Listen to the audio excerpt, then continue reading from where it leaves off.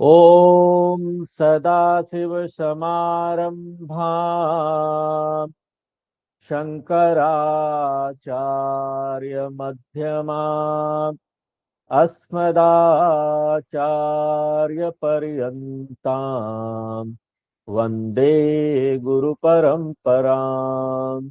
ओ 24 number श्लोक पढ़ेंगे। यत्तु कामेप्सुना कर्म यत्तु कामेप्सुना कर्म साहंकारेण वा पुनः साहंकारेण वा पुनः क्रियते बहुलायासम् क्रियते बहुलायासम् तद्राजसमुदाहृतम्। तद्राजसमुदाहृतम्। तो इससे पहले वाले श्लोक में हमने सात्विक कर्म देखा और वही सात्विक कर्म कर्म योग है। अब कृष्ण भगवान यहाँ पर राजसिक कर्म की परिभाषा बता रहे हैं। राजसिक कर्म यानी बहुलायासम क्रियते। ऐसे जो कर्म होते हैं ना, उसमें हमको बहुत तनाव होगा। जैसे शुरू करेंगे चिंता शुरू हो जाएगा। पता नहीं ये काम हो पाएगा कि नहीं हो पाएगा, पता नहीं जो रिजल्ट हमने सोचा है वो मिलेगा कि नहीं मिलेगा। बहुत तनाव होता है, स्ट्रेस एंड स्ट्रेन। एक व्यक्ति बहुत ज्यादा तनाव में रहता है और इसके कारण से उसका जीवन प्रभावित होता है, बहुत ज्यादा प्रभावित होता है। और कई लोग हैं जो अपने तनाव को दबा देते हैं, अपने टेंशन को सप्रेस कर देते हैं। क्यों? क्योंकि बिजनेस करना है, बिजनेस एथिक है, बिजनेस में कुछ व्यवहार होता है। आप सब कुछ सामने नहीं दिखा सकते अपनी भावनाओं को। बाहर का स्माइल मेंटेन करना पड़ता है। मुस्कुराते रहो, कस्टमर आ रहे हैं, उनसे बातें करनी है। तो एक तरह से हम बाहर का वेश बना लेते हैं, एक अलग वेशभूषा होता है हमारा। और इसके कारण से जो भी तनाव हो रहा है ना, उसको हम दबा लेते हैं अंदर। और बाहर से ऐसा दिखाते हैं कि वाह हम कितना रिलैक्स है, हम कितना शांति में है। और इससे समस्या क्या है कि समय के साथ साथ जिस तरह से हम तनाव अपने अंदर दबाते जाते हैं, जिसका असर हमारे शरीर पर धीरे धीरे होगा, अपने हेल्थ पर होगा। बहुत सारी मानसिक बीमारियां आ जाती है। तो राजसिक कर्म वो कर्म है जिसमें हमको बहुत तनाव होता है और इसके कारण से आगे जाकर बहुत सारी बीमारियां आती है। और इस व्यक्ति को पता नहीं कि ना ये तनाव को हैंडल कैसे करें, टेंशन है, चिंता है, कैसे हैंडल करे इसको। इसलिए वो क्या करता है, दूसरे लोगों के सामने अभिव्यक्त कर देता है, एक्सप्रेस कर देता है। तो ऐसा जो व्यक्ति है ना, उसको कोई पसंद नहीं करता, चिड़चिड़ाते रहता है, हर समय चिड़चिड़ा हुआ, शॉर्ट टेम्पर होता है, तुरंत गुस्सा आ जाता है। जब देखो तब चिड़चिड़ापन बना हुआ उसके चेहरे से दिख जाता है। और ज्यादातर समय उसका शिकार कौन होता है, ऐसे व्यक्तियों का शिकार कौन होता है? उसके परिवार के सदस्य होते हैं, उनके बच्चे होते हैं।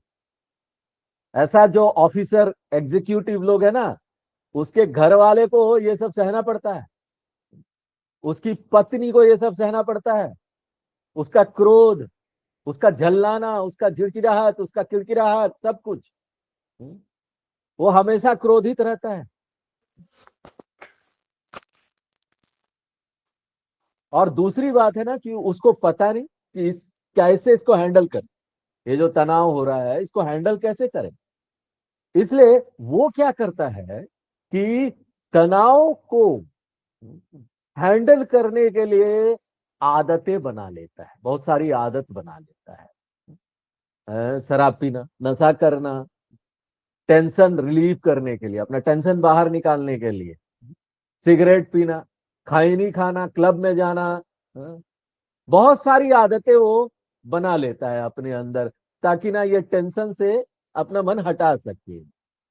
लेकिन ये सारी चीज क्या है, कुछ समय के लिए काम करता है, हमेशा के लिए काम नहीं करेगा, परमानेंट नहीं है। खुद तो टूट जाता है, परिवार भी टूट जाता है, परिवार के लोग भी टूट जाते हैं। और विशेष रूप से आज का जमाना कैसा है, ये आधुनिक जमाना, आर्टिफिशियल इंटेलिजेंस का जमाना है। जीवन फास्टर फास्टर बहुत बिजी होता जा रहा है, बहुत बिजी जीवन है।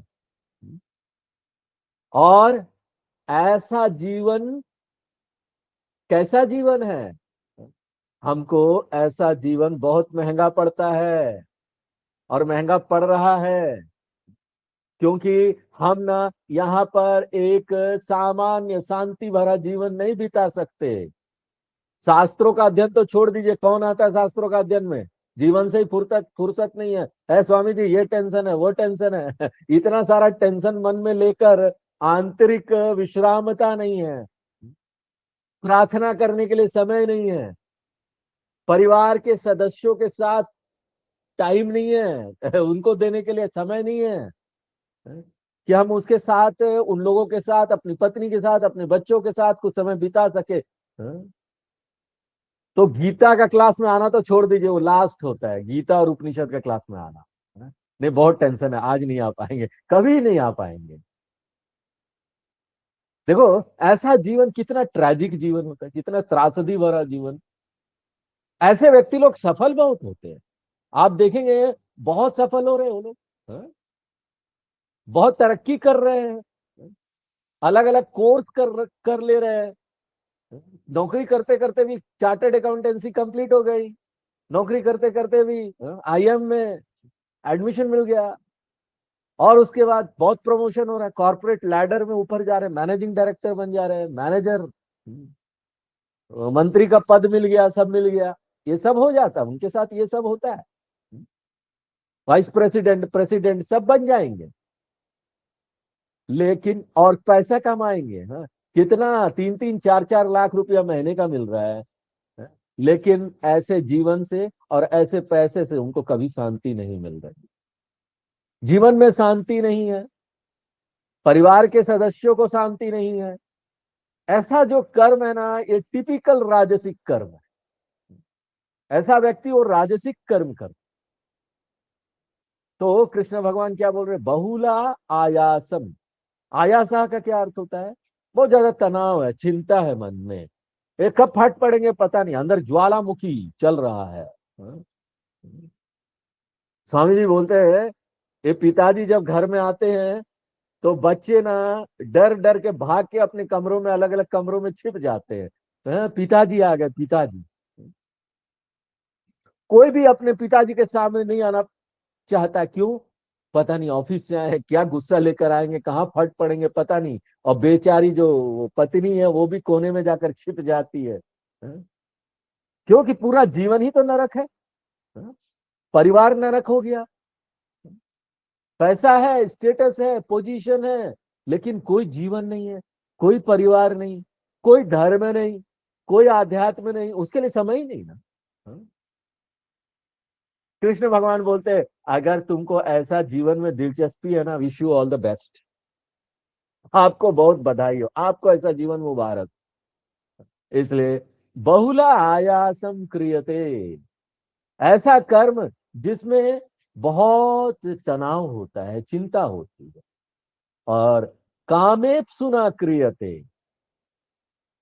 ये ऐसे व्यक्ति द्वारा किया जा रहा है ना जिसको बहुत कामना है, भौतिक इच्छाएं उसके मन में बहुत है, वो पावर, पोजीशन, मान सम्मान, पद, इसके पीछे भागता है।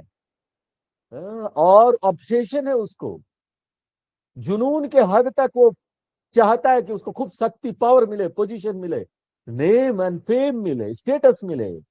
और देखिए आजकल कितना कंपटीशन है कॉर्पोरेट वर्ल्ड में, कितना वहां प्रतिस्पर्धा है, मुझे स्टेटस चाहिए, मैं उसके लिए लड़ सकता हूं। और अगर उसकी कोई दिलचस्पी नहीं है ना, वो नहीं चाहता ये करना, उसको शांति चाहिए, फिर भी परिवार के सदस्य ना उसको टॉन्ट मारेंगे। अरे क्या कर रहे हो, आलसी बन के घर में बैठे हो। अपने भाई को देखो, कितना स्मार्ट है, करोड़ों रुपया का कारोबार कर रहा है, उसके पास BMW कार भी है, ऑडी है, लंबोर्गिनी है, एक घर लखनऊ में है, दूसरा घर विंटर हाउस नहीं समर हाउस नैनीताल में है, देहरादून में तीसरा घर है। तुम क्या कर रहे हो, बैठे हो, कोई तुम्हारी उपलब्धि नहीं है, टॉन्ट मारेंगे घर वाले। बेवकूफ आदमी। हैं? यही पुराना अपना टू व्हीलर लेके चल रहे हो, वो भी बैटरी वाला नहीं है, पेट्रोल वाला है। परिवार के सदस्य, आपके अपने ही फैमिली के मेंबर हो, टॉन्ट कर रहे हैं। कि आपका भाई देखो ऊंचा का ऊंचा चले जा रहा है, आप ऐसे बैठे हो। इसलिए कामेत सुना, देखो एक मूलभूत गलत धारणा बना हुआ है। क्या? यही कि स्टेटस, नाम सम्मान, मान सम्मान, पोजीशन, ये हमको मन की शांति देगा। ये बहुत बड़ा मिसकंसेप्शन है समाज में। उनको ये पता नहीं कि ना मन की शांति का ना इन सब चीजों से कुछ लेना ही देना नहीं है। देखिए यहां पर हम कई सारा उदाहरण दे सकते हैं कि एक व्यक्ति के पास सब कुछ है, पैसा, पद, पावर, सब कुछ है, शक्ति, लेकिन उसके पास क्या नहीं है, मन की शांति नहीं। और उतने ही उदाहरण हम ऐसे लोगों का भी दे सकते हैं जिसके पास कुछ नहीं है, फिर भी मन की शांति जबरदस्त है उसके पास, संतुष्ट व्यक्ति। आप देखेंगे भागवतम में सुदामा की कहानी आती है। सुदामा का दूसरा नाम कुचेला भी था, महिला कुचेला कुचेला बोलते ना, फटा उटा कपड़ा पहन के घूम रहा। उसके पास कुछ नहीं, लेकिन फिर भी देखो कितना संतुष्ट, कितना खुश था। लोग उसको जबरदस्ती ठेल के भेजते हैं, कुछ नहीं है तुम्हारे पास, तुम्हारा दोस्त है कृष्ण, जाओ ना उसके पास, मांगो ना कुछ। वो जाना नहीं चाहता, लेकिन लोग है ना, पत्नी बाकी सब लोग बेचते हैं उसको, जाओ उससे पैसा मांगना। भागवतम में संवाद आता है इन दोनों के बीच में, देखेंगे हम लोग। कुचाला कुचेला का क्या अर्थ हुआ, जिसके पास फटा चिटा कपड़ा था, डिजाइनर क्लोथ नहीं है, ये डेफिनेशन है कुचेला का। चेला का अर्थ है कुचेला, ऐसा मत लीजिए, कुचेला चेला का अर्थ वो चेला नहीं हुआ संस्कृत का चेला है? किसी गुरु का चेला वो नहीं है? कुचेला यानी जिसके पास अच्छा कपड़ा नहीं है, और जो अपने आप को ना अच्छा कपड़ा नहीं है इसके कारण से तुच्छ नहीं मानता। कई लोग होते हैं कपड़ों का बड़ा उनको शौक होता है, कपड़ा नहीं ना मतलब स्टेटस में, एक से एक ड्रेस है उनका, उनका वार्डरोब देखेंगे ना, अलग अलग दिन का अलग अलग ड्रेस है, एक से एक ड्रेस भरे पड़े हैं। लेकिन और अगर पड़ोसी के पास एक ड्रेस आ गया, उसके पास नहीं आया ना, उसको ना हीन भावना लगता मन में, हाँ, हम छोटे हो गए। लेकिन कुचेला को कोई प्रॉब्लम नहीं था, पटा चीटा कपड़ा भी ना, कोई इसके मन में हीन भावना नहीं था उसकी वजह से, तो वो बहुत खुश था। इसलिए कामित सुना कर्म क्रियते, ये कर्म ऐसे व्यक्ति द्वारा किया जा रहा है जो कि ना दिलचस्पी रखता है इन बाहर की चीजों में, हमको ये प्राप्त करना, हमको वो प्राप्त करना। और कैसे करता है वो काम, साहंकारे न, बहुत इगोइस्टिक व्यक्ति है। वो चाहता है कि मूल्य, उसका मूल्य बढ़े, हाँ, पोजीशन उसका बढ़े, और वो उसको पकड़ के रखना चाहता है, चिपक के रखना चाहता है अपने पद के ऊपर, पद को नहीं छोड़ेगा। हाँ, अपना जो स्टेटस है उसको नहीं छोड़ेगा। क्यों? उसके लिए जीवन में ना इसका बहुत मूल्य है, और वो ये सोचता है कि उसकी महानता इसकी वजह से है। देखो ना, आप अगर सोच, यहाँ पर ऐसे लोग हैं जो सोचेंगे कि हम पद और इसकी वजह से मेरी महानता है, तो उसको छोड़ना नहीं चाहेंगे। रिजाइन नहीं करूंगा, मंत्री जी चिपक गए अपने पद से, नहीं नहीं मैं क्यों रिजाइन करूं। आपकी महानता इसकी वजह से नहीं है, ये गलत धारणा बना के रखेंगे तो चिपके रहेंगे उससे। अहंकार है ना, अहंकार के कारण। ये बाहर की चीजों से चिपके हुए, स्टेटस से चिपके हुए, पोजीशन से चिपके हुए, साहंकार है ना, इसलिए डिमांड भी करते हैं। कहीं पर प्रवचन हो रहा होता है भागवत में, बड़ा बड़ा टेंट लगता है, बड़ा बड़ा पंडाल बनता है भागवत में भी, वहां भी जाते हैं ना तो वो देखते हैं हमारे लिए आगे सोफा लगा है कि नहीं। अगर एक रो में दूसरे रो में बैठा दिया गया तो वो बहुत बड़ा हंगामा क्रिएट कर देते हैं। अब भागवत वगैरह में देखो, वहां भागवत हो रहा है, आपको क्या सीखना है? और वहां पर जाकर आप, जो कथाकार है वो बेचारे आते कथा करने के लिए, हैं। और भागवत में ये है कि जब भागवत होता है तो जो लोग ज्यादा पैसा देते हैं उनको आगे सोफे में उनको मान सम्मान के साथ बैठाना चाहिए। अब आपको अगर उस जगह जगह नहीं मिला आपने इतना हंगामा कर दिया, नहीं हमको क्यों नहीं मिला, पहले लाइन में उसने इतना रुपया दिया था, उसको पहले लाइन में जगह मिल गया, हमको नहीं मिला, मुझे ऐसा पीछे बैठा दिया गया। बहुत हंगामा कर देते हो, इतना हंगामा कि अगले बार से नहीं आऊंगा, जाओ करना तुम लोग, पैसे नहीं दूंगा भागवत के।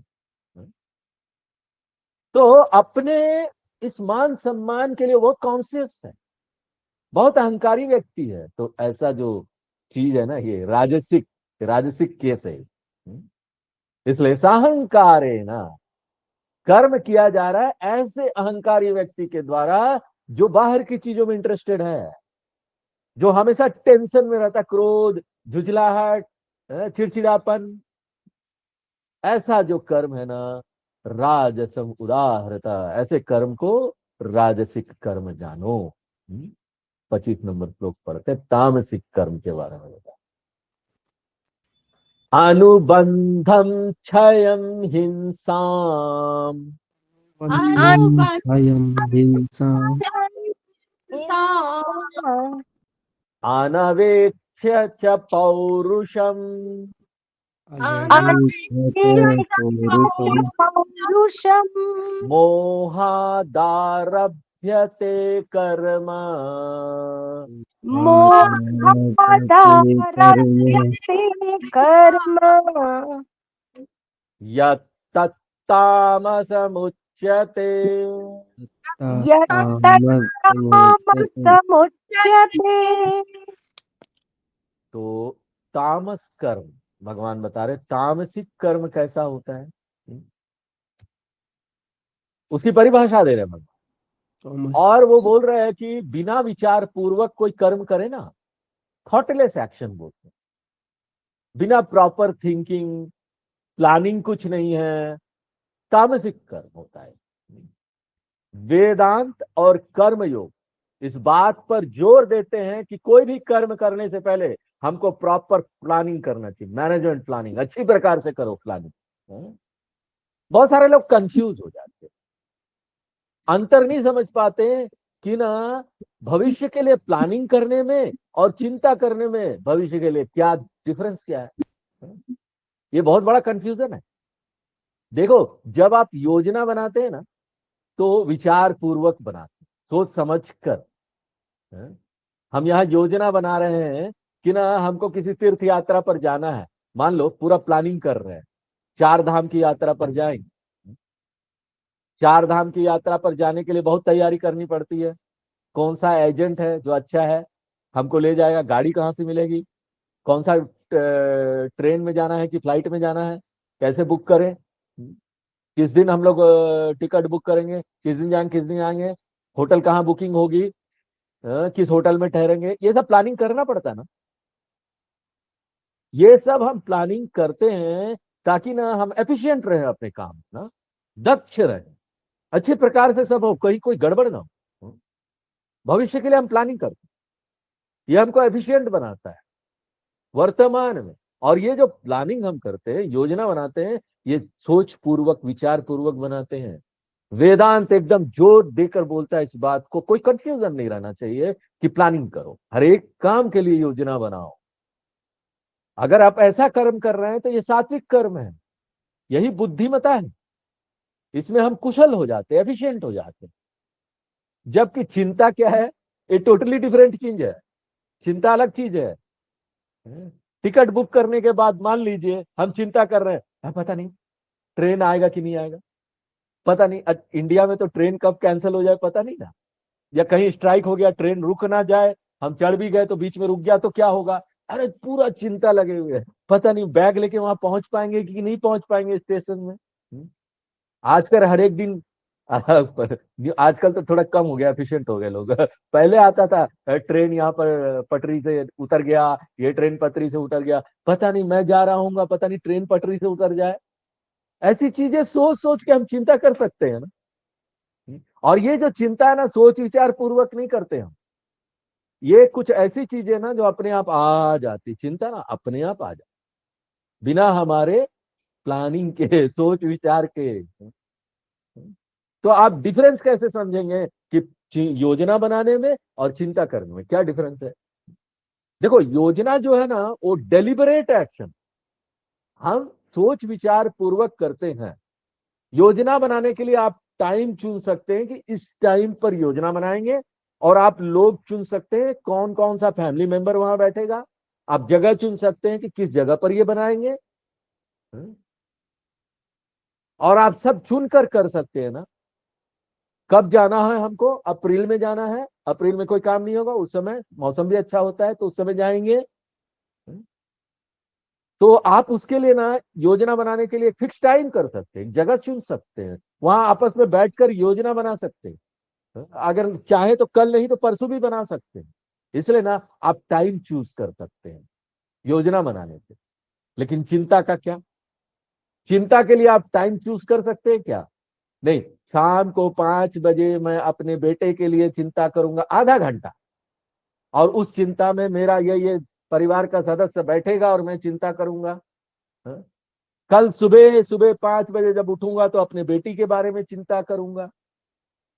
फिर 9 बजे नाश्ता करने के बाद अपने बेटे के बारे में चिंता करूंगा।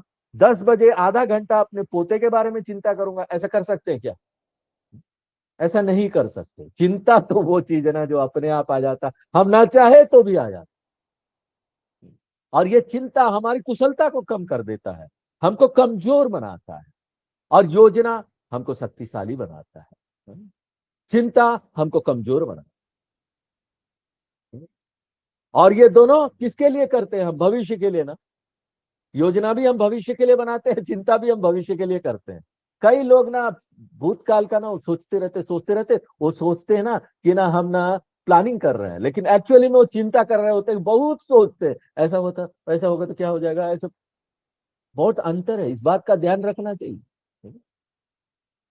एक जो है प्लानिंग करना, योजना बनाना, ये हेल्दी चीज है, स्वास्थ्यकर चीज है, हमको शक्तिशाली बनाता है। लेकिन दूसरा वो हमको कमजोर बनाता है, अच्छा नहीं है, अस्वस्थकर है, बीमारी लेकर आता है, मन की कई बीमारियां आती है। तो ये है चिंता करने और प्लानिंग करने में डिफरेंस है। सात्विक कर्म में हम क्या करते हैं? प्लानिंग करते हैं, योजना बनाते हैं, योजना बनाकर हर काम को करते हैं अच्छे प्रकार। हाँ? जबकि तामस कर्म में क्या है? कोई प्लानिंग नहीं करते हैं। नहीं, हमको मन किया स्वामी जी तो हमने कर दिया, कोई प्लानिंग नहीं। ऐसा मन किया, हाँ ठीक है ना, गधे को भी ऐसा ही लगता है। उसको जहां लगता है वो नहीं देखता प्रवचन चल रहा है क्या चल रहा है, हम उसको लगता है ढैचू करना कर देते।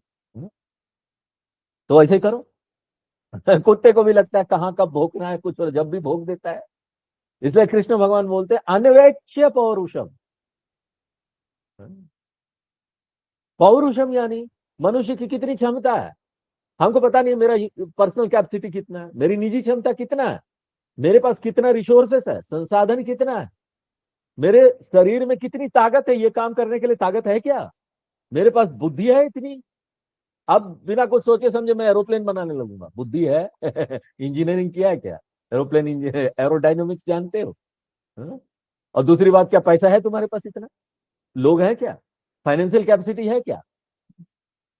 कोई भी अगर हम कोई कोर्स करने भी जाते हैं पढ़ाई करने के लिए, तो हमको देखना पड़ेगा ना कि उसको पढ़ने के लिए मेरे पास उतनी कैपेसिटी है कि नहीं, मेरे पास बौद्धिक इतनी क्षमता है कि नहीं, बौद्धिक संसाधन है कि नहीं, भावनात्मक संसाधन है कि नहीं, शारीरिक क्षमता है कि नहीं, आर्थिक संसाधन है कि नहीं। ये सारी चीज हमको देखनी पड़ेगी ना, तब जाकर हम कोई काम कर सकते हैं। लेकिन ये जो तामसिक व्यक्ति ने ये सब कुछ नहीं देखता, बस कूद जाता है करने के लिए। कोई प्रॉपर प्लानिंग नहीं, प्लानिंग किया नहीं। अनवेक्ष्य है, ये सब चीजों का ध्यान वो नहीं रखता कि उसकी अपनी निजी क्षमता कितनी है कोई काम को करने के लिए। और उसके बाद दूसरी बात जो बोल रहे हैं, अनुबंधम, कोई भी कर्म बिना परिणाम जाने नहीं करना चाहिए। क्या कॉन्सिक्वेंसेस उसका होने वाला है, परिणाम क्या होने वाला है। कोई भी कर्म हम कर रहे हैं, ऑफिस में कर रहे हैं, बॉस हमारे ऊपर चिल्लाता है, चलो सबके बीच में पूरा फ्लोर में अगर बॉस चिल्लाए, बहुत क्रोधित हो गया है, मुझे भी अंदर से क्रोध आ रहा है, और मुझे लग रहा है बिना मतलब का बॉस ने, मेरी कोई गलती नहीं थी फिर भी वो चिल्लाया, और वापस अगर हम पूरे फ्लोर में बॉस के ऊपर भी चिल्ला देंगे तो अगले दिन हमारा नौकरी गया।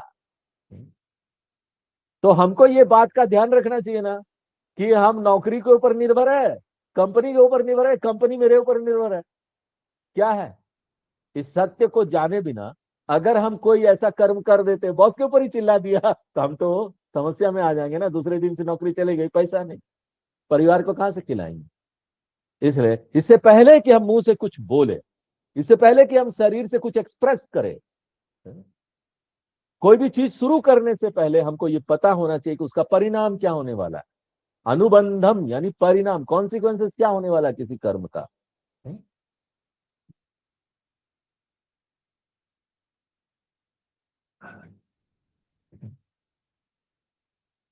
तो इसलिए हमको बहुत सोच समझ कर ये काम करना चाहिए।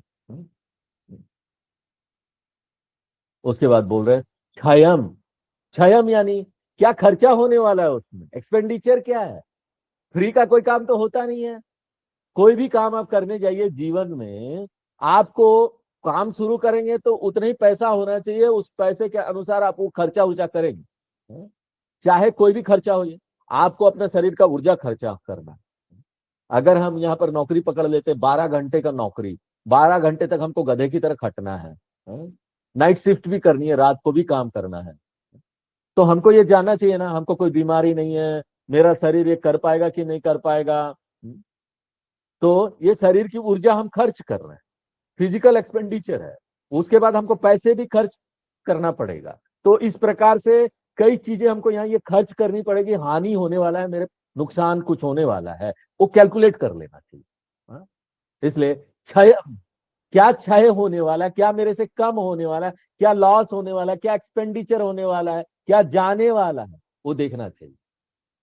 और हिंसा, हिंसा यानी हमको ये जानना चाहिए कि हमारे कर्म से हिंसा क्या होने वाली है। देखो कितनी अच्छी बात सब भगवान ने बताई है, ये सारी चीजों का हम ध्यान रखेंगे ना, तो हम सुंदर तरीके से कर्म कर सकते हैं। क्या डैमेज होने वाला है, अगर हम कोई कर्म यहाँ लेते हैं, तो उस कर्म से हमको फायदा तो हो रहा है लेकिन बहुत नुकसान भी हो रहा है वातावरण को।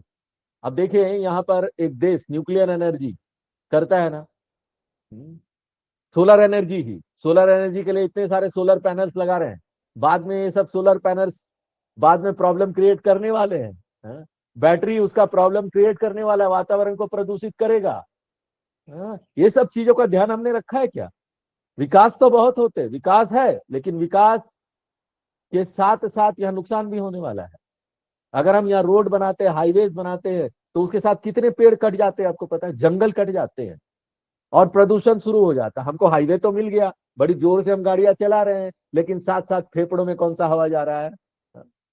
कोई भी हम कर्म करते हैं ना, उसका अनुकूल परिणाम भी है, और उस साथ में उसके साथ साथ बहुत सारे प्रतिकूल परिणाम भी आने वाले हैं।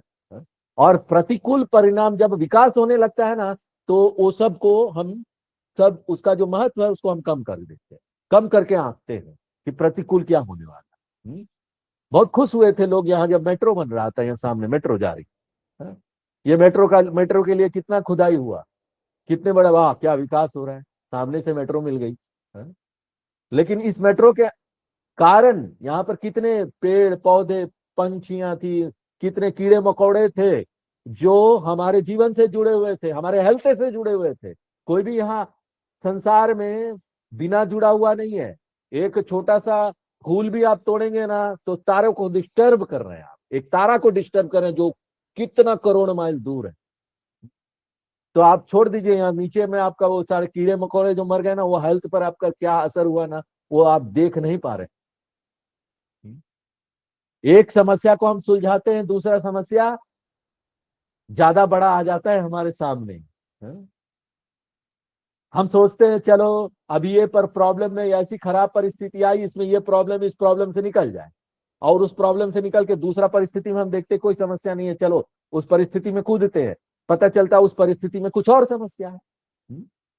अभी हमारे पास किराए का घर है, किराए के घर में कोई समस्या नहीं, फिर बाद में समस्या आने लगती है, मकान मालिक अच्छा नहीं है, बहुत बोलता है, अपना घर होता तो कितना अच्छा होता, फिर अपना घर खरीद लेते हैं, अपना घर खरीदने के बाद सारा जो हेडेक होता है मेंटेनेंस का, यहाँ से चूरा वहां से चूरा, ये हो रहा है, वो सब समस्या आने लगती है। एक समस्या से निकले दूसरे समस्या में आ गए। है ना? हम सोचते हैं कि यहाँ हमको समस्या नहीं मिलेगा, कोई ना कोई ऐसी चीज होगी जिसमें समस्या नहीं मिलेगा, लेकिन समस्या तो हर जगह है। एक समस्या को हम दूर करते हैं, दूसरे समस्या में आ जाते हैं। हम वो देख नहीं पाते क्योंकि पिछला वाला समस्या से हम जल्दी से बाहर निकलना चाहते हैं, निकलो निकलो निकलो। हाँ? अंग्रेजी में एक कहावत है, हाँ? या हिंदी में ही ले लीजिए, हिंदी का कहावत हम आपको बता रहे हैं कि ना, आसमान से गिरे खजूर में अटके, हाँ? नीचे उतरे आसमान से गिरे खजूर में अटके, एक कहावत है, from fire to frying pan, अंग्रेजी में। और भी वो खराब है, फ्राइंग पैन में आ जाओगे तो सीधे आग के नीचे आ गए हो, और गरम और जल जाओगे। हाँ? तो यहाँ पर तो समस्या हर जगह है। कोई भी निर्णय अच्छा नहीं होता, कोई भी निर्णय लीजिए, आपको लगेगा उस समय के लिए, दिमाग हमारे पास जितना है, जानकारी उतना है, उसके अनुसार हम निर्णय लेते हैं ना। हमारे पास देखो कोई निर्णय लेना है, 4-5 परिस्थिति है, विकल्प है, 1 2 3 4, हमको लगेगा 4 वाला ठीक है, 4 तो ले लो। बाद में जब ले लेंगे तो पता चलेगा अरे ये 2 या 3 वाला ठीक था, वो निर्णय अच्छा था, ये नहीं था। तो कोई भी निर्णय खराब नहीं होता, निर्णय लो। एक निर्णय में जहां तुम्हारा मन करे कि ना हाँ ये ठीक है, उस निर्णय को लेकर आगे बढ़ जाओ, और सामना करने के लिए तैयार हो, क्योंकि प्रॉब्लम सब में आने वाला है। कोई भी निर्णय आप लोगे प्रॉब्लम आने वाला है, सामना करने के लिए तैयार रहिए। सॉल्यूशन ये, क्या मैं तैयार हूं? मैं पहले अवेयर हो जाऊं और मैं तैयार रहूं, उसके बाद जंप कर जाऊं, कोई चिंता नहीं, जंप करो। ये तामसिक कर्म वाला व्यक्ति है ना, वो क्या है, वो तैयार नहीं, जंप तो कर जाता है लेकिन मन को तैयार नहीं किया। कि समस्या तो आएगी, उसको लगा नहीं आएगी, और उसके बाद हमको लगा हम रो रहे थे, बहुत दुखी थे, नहीं स्वामी जी घर में थे, बहुत दुखी थे, इतने परिवार के सदस्य थे, सब देखिए अब अकेले आ गया हूँ, अकेले रह रहे, आश्रम में एक जगह अच्छी जगह पर आ गए, कोई दुखी नहीं है, कितना अच्छा है। लेकिन कुछ दिन बाद वहां भी रोना चालू, बहुत अकेले हो गए स्वामी जी, मन एकदम बड़ा हो गया, कोई लोई है नहीं, यहाँ अकेलेपन, जंगल में डर लगता है। वहां पर तो रोज सामने से गाड़ी आ जा रही है, इतने लोग, अच्छा लगता था, खिड़की से बाहर देखते थे। स्वामी जी एक लेडीज की कहानी सुनाते हैं, जो अमेरिका में थी। अमेरिका में तो लोग कम है ना, दूर दूर तक है, कोई एक जगह जाएंगे, घर बने पड़े हैं बहुत दूर पर, फिर लोग मिलेंगे, हाँ, खाली खाली सा है। तो वो लेडी जो थी दिल्ली की थी, और उसका पति चला जाता था पूरा दिन काम करने के लिए, अकेले कोई नहीं। वो इतना परेशान हुई, इतना परेशान हुई कि अपने पति को परेशान करने के मन में ये सब भर गया, भर जाता है, तनाव भर गया था। शाम को 6 बजे आया, वो रोज झगड़ा, रोज झगड़ा, ऐसे कि डाइवोर्स तक की नौबत आ गई। बाद में उसके जो वो लोग थे, वो अमेरिका छोड़ के इंडिया में आए, दिल्ली में। दिल्ली में भी चांदनी चौक में उनका घर है, चांदनी चौक में कितना भीड़ भाड़, कुछ ही दिन में सारा झगड़ा समा। वो लेडी को लगा हाँ, क्या शांति मिल गई, गाड़ियों की आवाज, रिक्शों की आवाज, आहा। तो समस्या कहाँ नहीं है, लोगों के साथ रहो तो समस्या किक मिलेगा, नहीं रहो तो समस्या अकेले में आ, है ना? इसलिए जो व्यक्ति ये जानता है कि चाहे ये करे चाहे वो करे, समस्या के लिए तैयार हो, प्रॉब्लम के लिए एनी टाइम रेडी, सामना करने के लिए, तो कभी रोना नहीं पड़े, यही समाधान है। चलिए आगे फिर नेक्स्ट क्लास में। ओम पूर्णमद पूर्णमिदं पूर्णात् पूर्णमुदच्यते पूर्णस्य पूर्णमादाय पूर्णमेवावशिष्यते। ओम शांति शांति शांति। हरि